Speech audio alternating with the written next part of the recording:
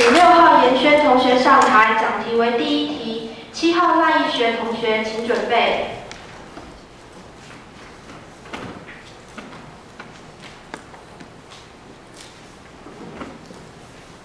Good morning, everyone.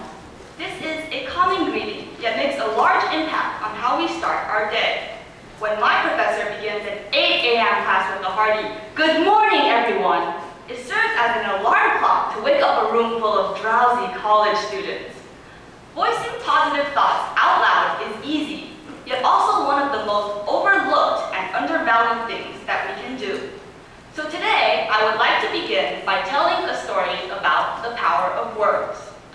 This story takes place in Nepal, where I served as a volunteer for a medical service team over the summer. One of my jobs was to assist a pediatrician as he treated patients in a local clinic. There were so many patients to see, yet so little time. I tried to help by rushing in patient after patient, but after a few hours, the pediatrician motioned at me to pause. He said, "The treatment we give them lasts for one time, but what you say to them now may stick with them for a lifetime. Why don't you talk with this girl," he said, motioning to the patient he had just treated. "About what?" I asked. "Just encourage her," he said. So I asked this girl how old she was. She told me she was in the 6th grade. Then I asked this 6th grader what she wanted to be when she grew up. A bit shyly, she tilted her head and softly replied, "A pediatrician." Upon hearing this, the doctor handed her his stethoscope and told her she could listen to the sounds of her chest. "Can you hear your heartbeat?" he asked. At first she shook her head, but under his encouragement she tried again, and her face broke out into a giant smile as she nodded excitedly.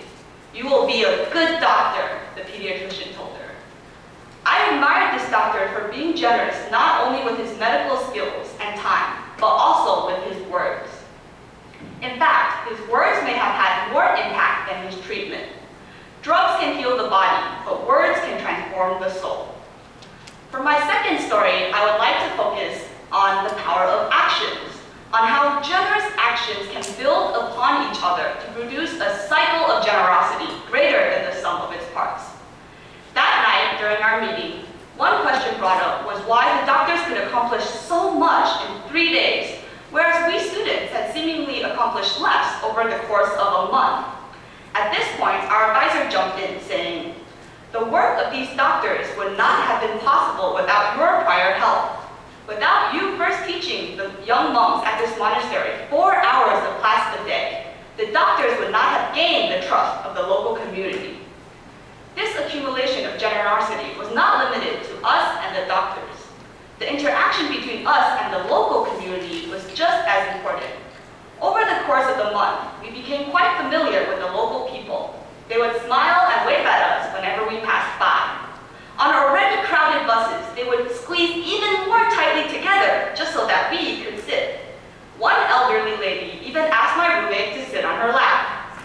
Receiving such warmth from these people encouraged us to work even harder to help this community in any way we could, whether it was through buying glasses for school children or teaching nuns how to properly brush their teeth.